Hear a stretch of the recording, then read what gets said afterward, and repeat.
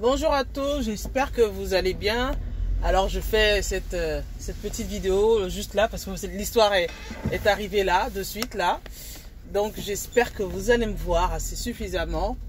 Je vous ai montré une vidéo il y a quelques semaines où j'étais en train de faire des travaux dans un appartement, dans un de nos appartements proches de Paris, exactement à Ivry-sur-Seine. Et donc j'avais commencé à faire les travaux, mais bon, au final on s'est dit, on a fait un arbitrage patrimonial et puis on a décidé de vendre cet appartement finalement. Ok, donc on a évalué l'appartement, on a regardé les prix qui se pratiquaient aux alentours. Donc on a décidé de le mettre en agence. On avait déjà un prix donné. Et ce qui s'est passé, j'ai appelé l'agence, j'ai appelé une agence par laquelle on était déjà passé il y a quelques années pour vendre un appartement, pour acheter et puis vendre un appartement. Et donc j'appelle la dame tranquillement, elle vient faire une estimation pour avoir elle son prix, puisque bon, c'est une estimation professionnelle, en guillemets. Moi on avait déjà notre prix en fait. Donc elle fait la visite avec mon mari, l'estimation, ok, effectivement il y a des travaux à faire dans l'appartement, notamment la cuisine, la salle de bain, parce que le locataire est resté quand même 7 ans, il n'a pas fait grand chose, il a détérioré l'appartement. Ok. Donc ça c'était, ils font la visite, c'était vendredi. Vendredi, donc l'agence elle envoie un message à mon mari le soir en disant voilà l'estimation que nous avons fait. Bon, je vais donner des prix fictifs parce que je vais pas me donner tous les chiffres. On a fait l'estimation à 170 000 francs, 170 000 euros pardon, parce qu'il y a des travaux à faire dans l'appartement et tout ça. C'est vrai que c'est un F2 qui est très bien placé, proche de Paris, et on a beaucoup de demandes aujourd'hui, on n'a pas assez de logements, donc voilà, en tout cas il nous intéresse. Ok, donc c'est ce qu'elle a donné comme estimation à mon mari. Donc le samedi, donc je l'appelle pour savoir comment il travaille et tout ça, et puis je lui dis écoutez, voilà, moi je sais que c'est un appartement qui est très bien placé, qui est proche de Paris, voilà, Ivry a pris beaucoup de valeur en quelques années. Nous, on aimerait le mettre à 200 000. Donc 200 000 euros. Et là, elle me dit, mais vous savez, Madame Touré, il y a des travaux dans l'appartement. Moi, si je vous ai dit 170 000 euros à peu près, c'est parce que je sais qu'on peut le vendre à ce prix-là. Là, si vous me demandez 200 000 euros, elle commence à faire ses calculs au prix au mètre carré. Voilà, ça va être très très cher. Moi j'habite Ivry, je connais, en plus je pourrais vous soulager, je préfère les visites pour vous. Je pourrais, avec l'agence, on a la possibilité, si vous vous donnez le mandat, de faire le diagnostic gratuit pour vous. Je dis, de toute façon les diagnostics ont déjà été faits. Vous inquiétez pas, Ivry, on connaît que notre poche parce que nous on a vécu longtemps à Ivry sur Seine, donc voilà, donc on peut le faire nous-mêmes, mais voilà, moi je souhaite le vendre à 200 000. Elle m'a dit non, je ne sais pas si ce sera possible. Bon, écoutez, je lui dis écoutez, je vais réfléchir et je reviens, j'en discute avec mon mari et je reviens vers vous lundi ou mardi. Donc on en discute ce week-end avec mon mari, on se dit bon, écoute, on va nous-mêmes mettre l'annonce. De toute façon, mon mari travaille proche d'Ivry, enfin à Ivry-sur-Seine, donc on va mettre l'annonce et on va voir les demandes qu'on aura. Donc je mets l'annonce, effectivement on a beaucoup de demandes. Beaucoup d'appels, beaucoup de demandes, des gens qui font des visites. Donc ça c'était lundi que j'ai mis l'annonce, pardon, excusez-moi, j'ai mis l'annonce lundi. Effectivement on a beaucoup d'appels, des gens qui prennent des rendez-vous, donc on a fait sur la semaine. Le dernier rendez-vous c'est demain. Le dernier rendez-vous c'est demain. Et donc lundi, fin de matinée je mets l'annonce. Lundi après-midi, je vois la conseillère commerciale qui m'appelle. Elle me laisse un message. Donc bon, j'avais un peu de boulot, donc j'ai pas calculé de suite. Donc je la rappelle en fin d'après-midi, vers 17 h par là. Elle me dit oui, Madame Touré, j'ai vu que vous avez mis l'annonce en ligne sur le Bon Coin. Bah écoutez, moi j'ai réfléchi entre-temps. Durant le week-end, j'ai réfléchi et j'en ai parlé à mon responsable d'agence.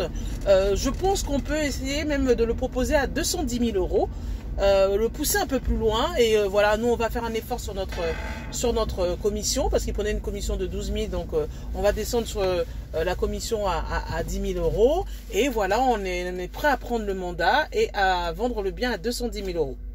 Déjà, je suis étonnée en l'espace de 2 jours. Elle change d'avis et elle augmente le prix que je veux.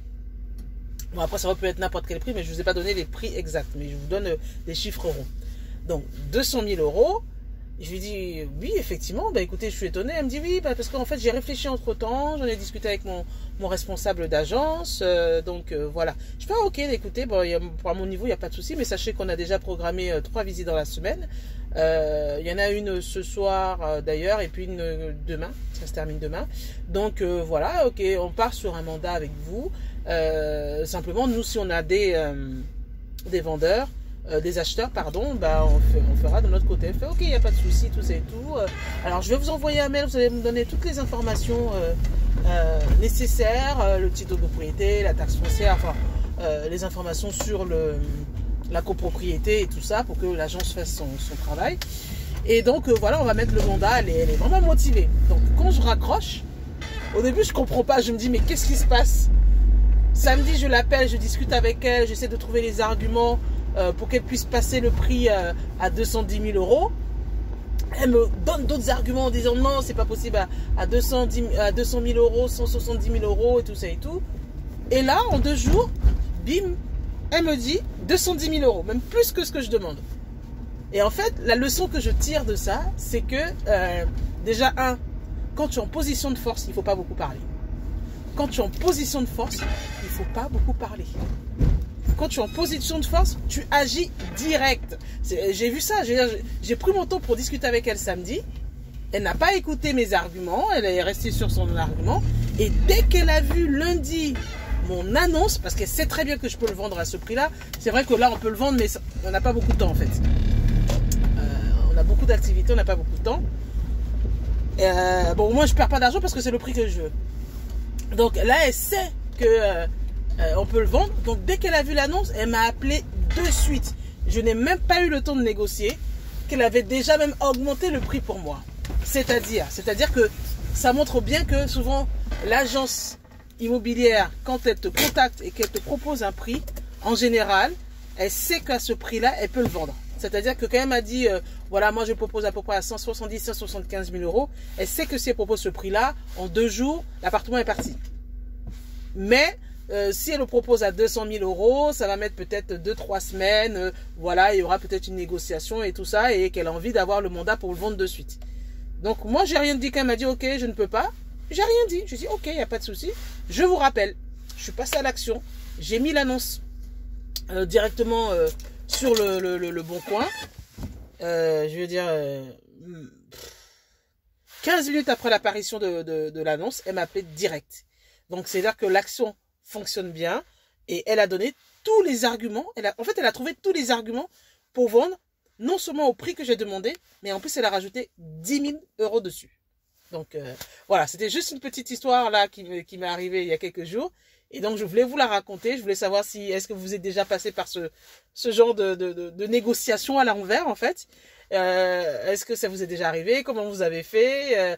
Est-ce qu'il y a eu des situations où vous n'avez pas eu besoin de beaucoup parler et de passer à l'action et de voir les résultats, en fait? Donc, voilà, là, on est en train de signer les documents, donc le mandat de vente, on appelle ça le mandat de vente à l'agence, et dans quelques semaines, j'espère, d'ici, je pense 2-3 mois, si tout se passe bien, passer chez le notaire et donc repartir sur d'autres investissements immobiliers en France et en Côte d'Ivoire notamment. Et donc voilà, je vous tiendrai informé de prochaines aventures. Sur ce, ciao!